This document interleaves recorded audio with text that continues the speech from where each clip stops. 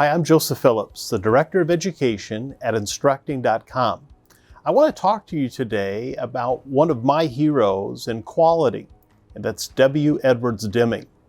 Deming had 14 points that we should know as project managers. So let's walk through those today. I think they're really interesting.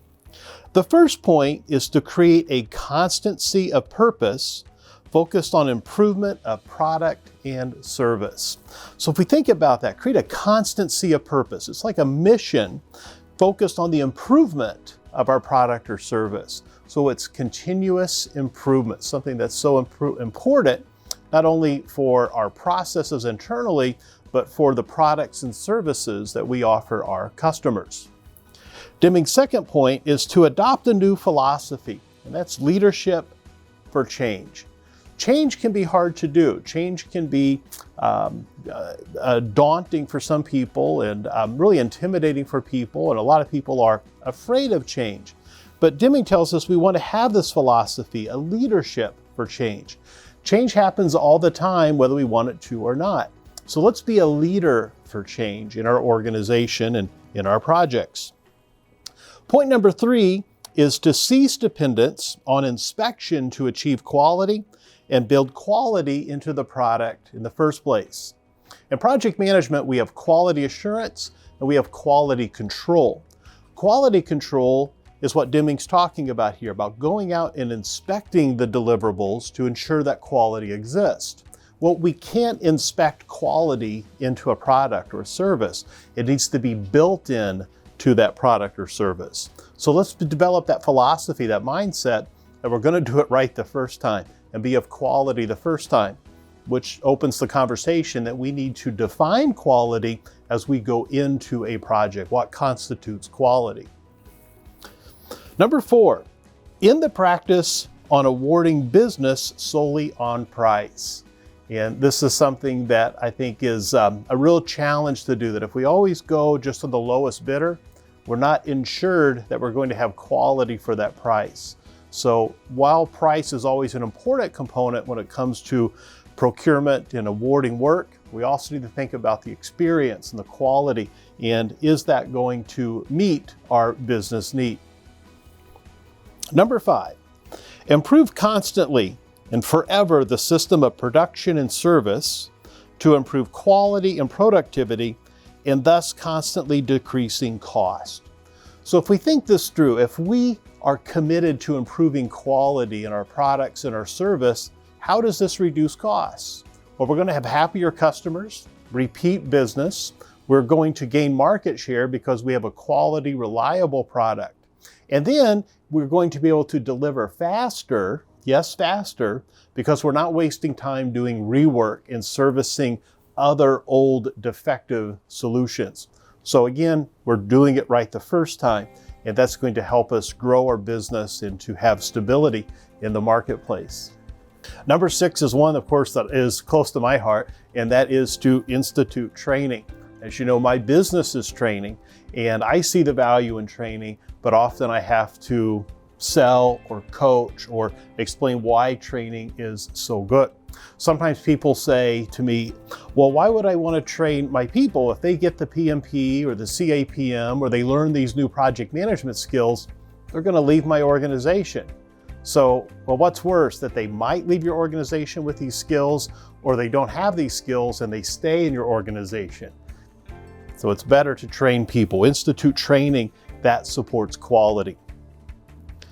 Number 7 is also one that I really like, and that is to institute leadership. There's been a mindset that we're really seeing a shift in, that leadership doesn't mean that you are instilled as a leader. You're not given the role as a leader, but rather emergent leadership, that everyone can become a leader. And I heard a quote recently that was something to the effect of, leaders create new leaders. That we want our team members to be leaders and that take charge and ownership and to inspire. That we want to institute leadership, and this idea of emergent leadership is so important. Point number 8 is to drive out fear. We don't want our team members to be afraid of making a mistake. We don't want our team members to be afraid of trying a new way of doing the work. We want them to be innovative and to be empowered to try new things. By trying new things and be innovative, we find better solutions and better approaches to doing our work, and we create better products and services. So we want to encourage innovation. We don't want people to operate under a fear of retribution. That's not healthy. It's certainly not going to help you create new approaches to doing the work that ultimately may result in time and cost savings. Number 9, break down barriers between staff areas. I think we often see this. We have this concept of line of business or departmental barriers, where we have one team that creates the product up to a point, and then they throw it over the wall and it's somebody else's problem. That we don't want that. We're all on the same team. We should all be working towards the same vision, the same mission of the organization. That's one of the great things that we see in an agile environment, is that we all are on one team and we are able to do multiple disciplines or to contribute in different areas of the project. Sometimes we're called generalizing specialists, that I can do more than one activity in the project. Number 10 is one that I really like, and that is to eliminate slogans, exhortations, and targets for the workforce that ask for 0 defects or new levels of productivity without providing methods. In other words, as a manager, we can't say 0 defects, but we don't supply the tools and the resources to achieve 0 defects. It's fine to have a goal of efficiency, but we need to make sure the team has the skills and the competency and the resources to achieve that goal. It's unreasonable to tell someone that you have to hit this deadline, but you can't have the resources to do it. And we want to make sure that people have the skills, the competencies, and the resources to get things done and to hit those goals that we may create as a manager. Number 11 is to eliminate numerical quotas. So often we see in project management KPIs, our key performance indicators, which are targets that we want to aim towards as a project manager with our team. Those are fine. We want to have KPIs. What gets measured gets done. But we don't want to have a quota where you have to have X amount of hours on this project per week, or you have to create so many units a week, or so many X a day. By having those numerical quotas, there's often rush, and we know that haste makes waste, which is poor quality. Number 12, remove barriers to pride of workmanship. This is something that we can easily do as a project manager, and that is, I don't take credit for my team's work. That I tell others, it's my team that made this successful. My team has done the work. And I want my team to take pride and have esteem and to feel a sense of accomplishment in the things that they're doing. So I want to remove barriers to pride of workmanship, that I want to publicly praise my team, that they're the ones that made this possible, and lift them up. That also creates a sense of responsibility for my team and a sense of pride in what they are creating. Deming's point 13 sounds a little bit familiar to one we talked about a moment ago, and that is to institute a vigorous program of education and retraining. It's so important. Something that Deming really embraced is this idea of education and retraining. You're never too old to learn something new.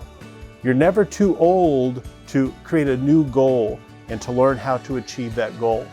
And this is also true that we can learn from others. Everyone you meet knows something you don't. So we can learn from others. We want to give others the opportunity to teach. But we want to have a program where this is a path that you can take to achieve these educational goals. It's so important in any organization. Number 14, take action to accomplish the transformation.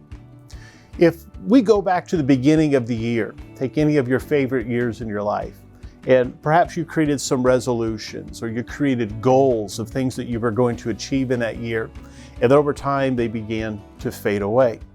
That was a transformational goal, that you were moving, adding, changing, or deleting something in your life. But unless you take a consistent action to reach that goal, it's going to fade away. The same's true in any organization, that we have to take action to get to that desired future state, that we don't want things to stall out, that we have to persistently share that vision and inherit the vision from leadership to achieve those goals and to get to that desired future state. All right, great job. I think that's some really interesting content there about Deming's 14 points. If you like this video, be sure to subscribe and click that bell notification, where I'll share more videos like this for you in the future. In the meantime, of course, keep moving forward.